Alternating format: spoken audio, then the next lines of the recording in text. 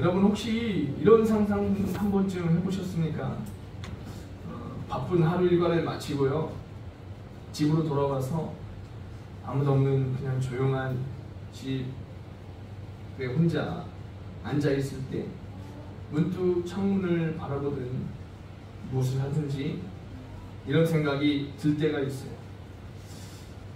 내가 지금 이렇게 하루하루 살아가고 있는 이 삶이 주님 앞에서는 어떤 모습으로 기억될까?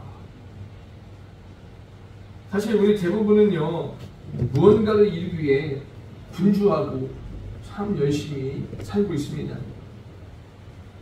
먹고 살려고 돈을 벌기도 하고, 또한 자녀를 키우시는 분들은 자녀를 양육하시고, 또한 가정을 책임지고, 또 교회에서도 이것저것 섬기고 봉사하느라 바쁘시죠.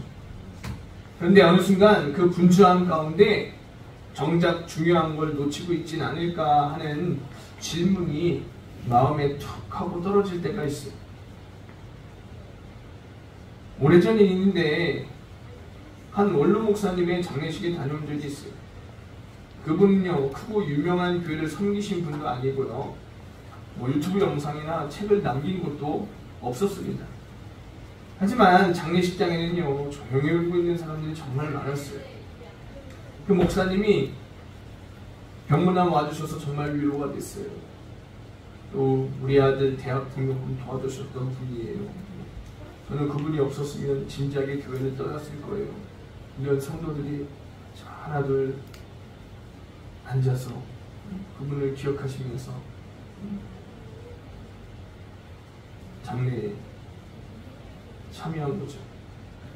그 장례식을 마치고 작고 소박한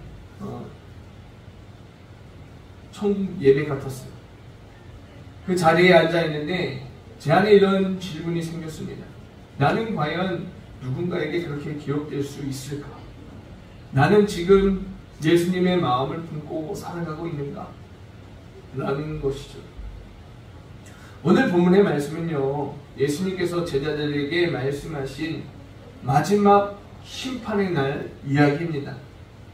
주님은 그날을 이렇게 표현하고 있습니다. 32절의 말씀에 모든 민족을 그 앞에 모으고 각각 구분하기를 목자가 양과 염소를 구분하는 것 같이 하여 라고 이야기하고 있어요.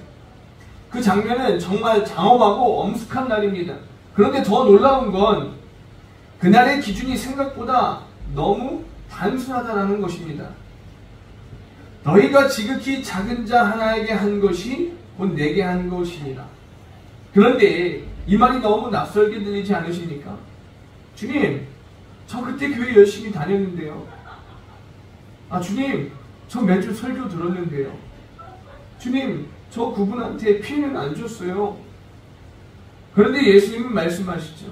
작은 자를 향한 너의 태도가 곧 나에 대한 태도였다라고 말하고 있습니다.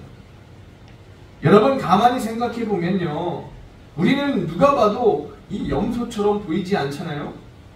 교회도 나오고 예배도 드리고 말씀도 듣고 기도도 하죠. 하지만 문제는 이겁니다. 내 신앙은 누군가에게 작은 따뜻함이 되어주고 있는가? 내 믿음은 누군가를 살리는 선한 영향력으로 나타나고 있는가? 라는 것이죠. 오늘 우리 예수님은 그날 양과 염소를 나누시며 이렇게 말씀하십니다. 너희는 내가 배고플 때 먹을 것을 주었고, 헐벗었을 때 입혀주었고, 병들었을 때 돌보았고, 감옥에 갇혔을 때 찾아왔구나. 여러분, 오늘 우리는 누구에게 그런 사람이 되어본 적 있으십니까? 오늘 이 본문은요, 저와 여러분을 정죄하기 위한 말씀이 절대 아닙니다. 오히려 지금 이 순간부터 우리는 얼마든지 양의 길을 선택할 수 있다는 희망의 말씀이다라는 것이죠. 무시해왔던 작은 자에게 한 걸음 가까이 다가갈 수 있고, 외면했던 이웃에게 다시 손을 내밀 수 있고, 내 안에 머물렀던 신앙이 삶으로 흘러가게 할 수 있다는 사실입니다. 그 시작을 오늘 함께 걸어가려고 합니다. 이 말씀을 통해 예수님의 마음을 듣고 우리의 삶이 그 사랑의 증거가 되기를 간절히 소망합니다. 우리가 말씀을 하나씩 살펴보면 이렇습니다. 첫째는요, 주님은 작은 자들 가운데 계셨다라는 것이죠. 여러분, 예수님께서 이 땅에서 사역하실 때 어디 계셨는지 기억하시죠? 성전 한복판보다는 몸이 불편한 사람들, 세리들, 병든 자들과 여인들 곁에 계셨어요. 바리새인들과 말싸움을 하기보다는 사마리아 여인의 우물가에 야이로의 딸 곁에 혈병 앓은 그 여인 옆에 계셨다라는 겁니다.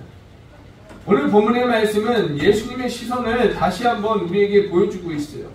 34절 35절의 말씀에 보시면, 그때 임금이 그 오른편에 있는 자들에게 이르시되 내 아버지께 복받을 자들이여, 내가 줄일 때 너희가 먹을 것을 주었고 목마를 때 마시게 하였고 나그네 되었을 때 영접하였고 라고 이 말을 합니다. 우리가 이 말씀을 듣고 있노라면 우리 주님의 관심이 항상 연약한 자, 소외된 자, 자꾸 보잘것없는 자들에게 있었다라는 것을 다시 깨닫게 됩니다. 이 말씀이 주는 충격은 이런 거예요. 예수님은 내가 성경을 얼마나 많이 읽었는가, 내가 얼마나 열심히 예배에 참석하는가를 먼저 묻지 않으셨다라는 거죠. 오히려 이렇게 묻고 계신 겁니다. 너 배고픈 이웃을 본 적 있니? 그때 네가 어떻게 했니? 병든 사람, 약한 사람, 소외된 사람을 외면하지는 않았니? 그 순간 너의 시선은, 너의 마음은 어떤 모양을 갖고 있었니? 라고 말하는 거죠. 예수님은 지극히 작은 자 하나를 대하는 저와 여러분의 모습을 통해 그분을 향한 진짜 사랑을 보셨다라는 것입니다. 장바니에라는 사람을 아십니까? 그는 지적 장애인들과 함께 사는 공동체 라르시를 만든 사람이에요. 그는 원래 해군 장교였고 학문적으로도 엘리트였습니다. 그런데 어느 날 한 정신병원에서 이 지적장애를 가진 세 사람과 눈이 마주치면서 그의 인생이 완전히 달라졌어요. 그래서 그는 이렇게 고백합니다. 그들은 나의 교사가 되었고 나는 제자가 되었습니다.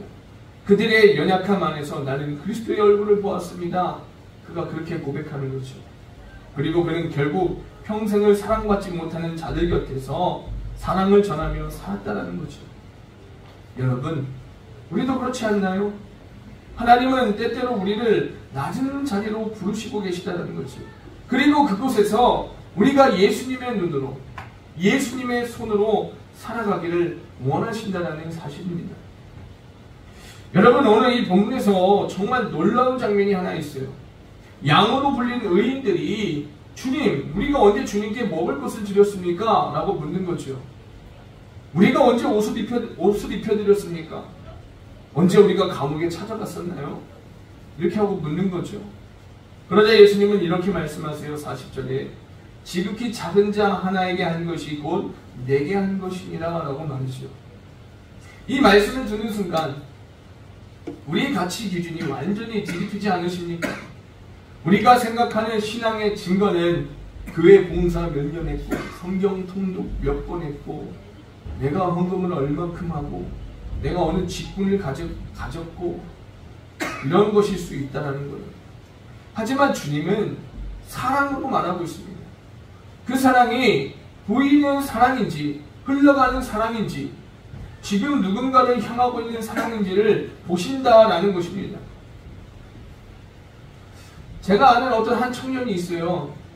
회사에서 일하는 평범한 직장인입니다. 그런데 이 친구가 어느 날 이런 이야기를 해주는 것입니다. 목사님, 저희 팀에 되게 말도 없고 늘 피곤해 보이는 어떤 선배 한 분이 있어요. 아무하고도 잘 못 어울리고 혼자 점심 먹고 항상 회의 때도 조용히 앉아만 계세요. 처음엔 좀 불편했는데 어느 날 이상하게 자기 마음이 쓰이는 것이다 라고 이야기하는 거죠. 그래서 출근길에 그 선배 드시라고 커피 하나 사갖고 책상 위에 조용히 글귀를 써놓고 올려놓고 왔대요.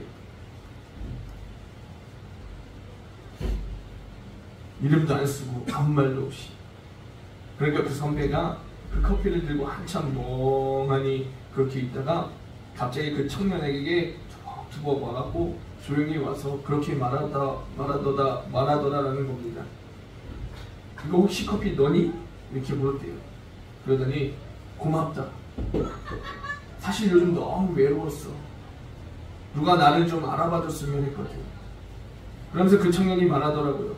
목사님, 저는 그냥 이 커피 하나 드렸을 뿐인데 그분은 그게 한 사람을 살리는 일이 될 줄은 몰랐어요 라고 고백하는 거죠.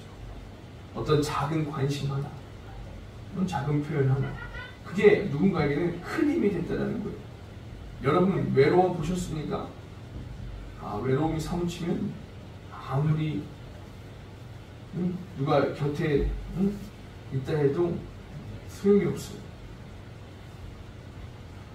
여러분, 우리는 대단한 사랑을 해야 우리 주님이 기뻐하실 거라고 생각할 때가 정말 많다는 거예요. 그런데 주님은요 그렇게 말씀하시지 않았어요. 지극히 작은 자에게 한 것이 곧 내게 한 것이다. 할렐루야. 이 작은 손길, 작은 그 짧은 문자 하나, 그 커피 한 잔이 누군가에게는 하나님의 존재를 확인하는 기회가 될 수가 있다는 거예요. 예수님이 그렇게 작은 사랑을 통해 우리가 주님을 사랑하고 있는지를 보십니다. 그러니까 오늘 너무 거창한 일 말고 내 앞에 있는 작은 기회를 붙잡으시기를 바라겠습니다. 바로 그곳에 주님이 계시고 그 사람을 통해서 우리가 주님을 만난다는 것이에요. 여러분, 하나님은 크고 위대한 일보다 작고 평범한 순종을 통해 당신을 나타내신다는 사실입니다. 하나님은 가난한 자의 눈물을 닦아주는 손길, 홀로 외로운 자의 곁을 지켜주는 발걸음, 몸이 불편한 성도의 발을 잡아주는 손끝에서 가장 크게 영광 받으신다는 것을 잊지 마시기를 바랍니다. 그리고 두 번째는요, 외면했던 사람들 속에 주님이 계셨다는 거예요. 여러분, 이전의 내용에서 주님이 작은 자들 속에 계셨다라는 그 사실을 함께 나눴죠. 이번에는 그 반대편, 염소로 불린 사람들을 살펴보려고 합니다. 본문 41절의 말씀에 예수님이 이렇게 말씀하시죠. 또 왼편에 있는 자들에게 이르시되 저주를 받은 자들아, 나를 떠나 마귀와 그 사자들을 위하여 예비된 영원한 불에 들어가라 라고 말씀하고 있어요. 굉장히 충격적인 말씀 아닙니까?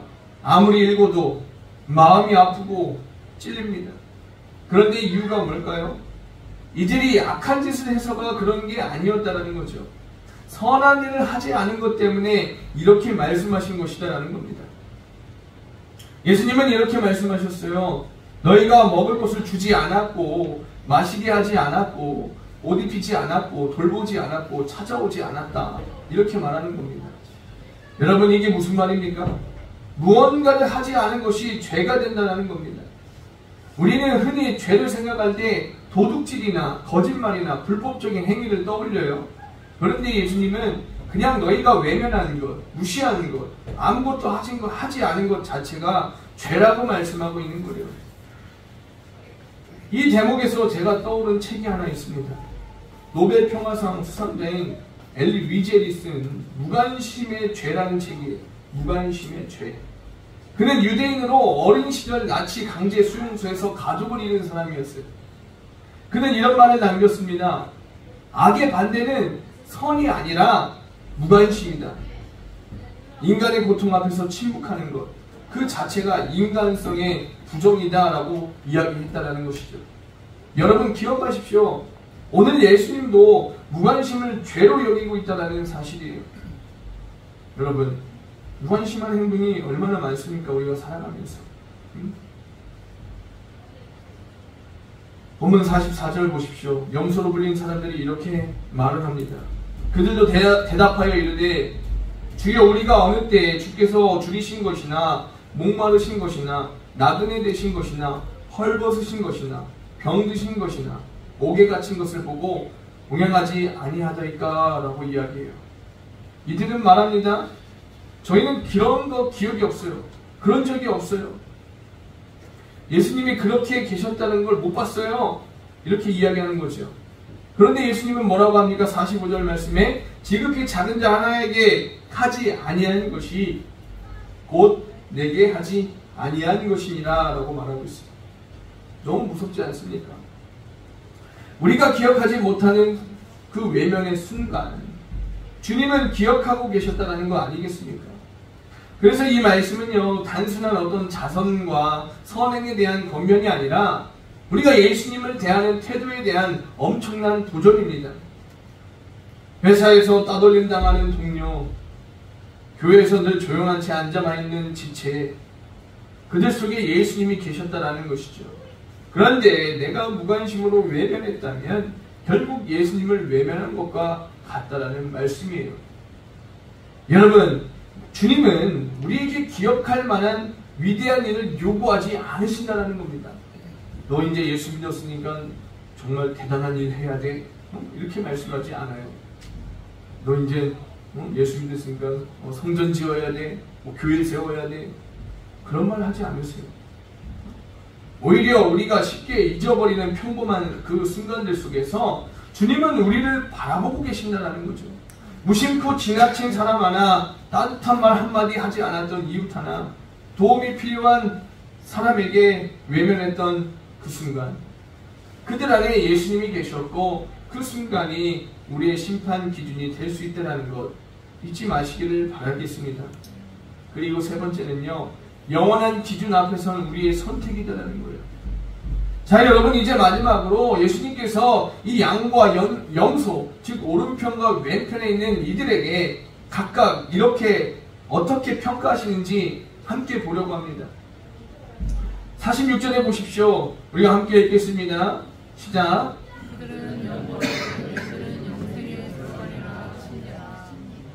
아멘. 이게 무슨 말이죠? 예수님은 분명히 이 장면이 단순한 비유가 아니라 실제 우리의 영원한 미래를 결정짓는 심판의 기준이다라는 것을 말씀하신 거예요. 여러분, 이건 단순히 칭찬받고 끝났다라는 그 이야기가 아닙니다. 이 말씀은 우리 인생 전체를 뒤흔드는 영원한 결과에 대한 이야기다라는 거죠. 영벌은 하나님의 임재로부터 완전히 끊어진 상태예요. 그리고 영생은 하나님과 함께 영원히 거하는 상태 아닙니까? 그래서 여기서 핵심은 이 결정이 어떤 교리를 얼마나 잘 알았느냐, 얼마나 많이 예배드렸느냐가 아니라 삶에서 사랑을 실천했느냐로 판단된다는 점이에요. 미국의 조지라는 한 신학대학 교수가 있었어요. 그는 수업이 끝나면 늘 캠퍼스 근처에 한 쉼터를 찾았다라고 말합니다. 거기에는 노숙자들이 자주 모였는데 이 교수는 말없이 작은 빵 한 봉지와 그 물 한 병을 챙겨와서 그들에게 이렇게 조금씩 나누어 주었대요. 그를 따르던 한 제자가 이렇게 물었대요. 교수님, 이건 사역도 아니고 전도도 아닌데 왜 이렇게 하십니까? 그렇게 물었더니 그가 조용히 이렇게 말했답니다. 이 사람들 안에 예수님이 계신다면 나는 지금 주님께 점심을 드리는 거지. 여러분, 이 얼마나 복음적인 이해입니까? 우리 신앙은 결국 작고 낮은 자 속에 계신 주님을 알아보는 눈으로 완성된다는 사실입니다. 우리 교회 안에서만 주님을 만나는 게 아니에요. 우리는 주님을 가정에서, 직장에서, 거리의 사람들 속에서 매일매일 만나고 있다는 사실입니다. 그런데 중요한 건 이거예요. 그분을 알아보느냐 아니면 스쳐 지나가느냐, 이것이 우리의 영혼을 결정짓는다라는 것이죠. 심판은 단지 죄에 대한 정죄가 아니라 하나님의 사랑에 대한 응답의 결산이다. 우리가 받은 그 사랑을 이웃에게 흘려보냈는가, 그 여부로 하나님은 심판하신다는 거죠. 여러분, 참 무겁고도 따뜻한 말씀 아닙니까? 하나님은 우리를 정죄하기 위해 심판하시는 것이 아니라 우리가 얼마나 사랑으로 살아냈는지 그 열매를 확인하기 위해 심판하신다는 거예요. 여러분, 이 세상에 얼마나 사랑이 꺼져가고 있습니까? 우리 교회 안에서조차도 이 사랑이라는 것 참 쉽지 않은 것 같아요. 우리가 현대를 살아가는 우리의 모습을 통해서 정말로 이 예수 그리스도의 사랑을 실천한다는 게 얼마나 쉽지 않은지 여러분도 잘 아실 겁니다. 그 사랑을 실천하기 위해서 우리가 할 수 있는 게 무엇입니까? 그 능력을 구하는 기도 아니겠습니까? 예수님의 능력을 구하는, 예수님의 마음을 구하는 기도가 있어야 될 줄 믿습니다. 내가 오늘 당장 맘먹고 해야지 문 열고 나가보십시오. 절대 안 되죠. 까먹어요. 해야지 하면 더 마음에서 화가 나고 짜증이 올라오고, 그런 게 저와 여러분이다라는 거예요. 여러분, 이 말씀은요, 겁주기 위한 메시지가 절대 아닙니다. 주님은 우리를 천국으로 초대하시는 중이에요.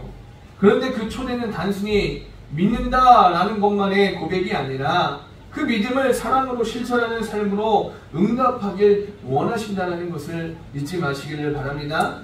하루하루가 결산의 날을 향해 다가가고 있습니다. 지금 우리가 하는 사소한 선택 하나가 영원을 향한 길로 이어지고 있다는 것이죠.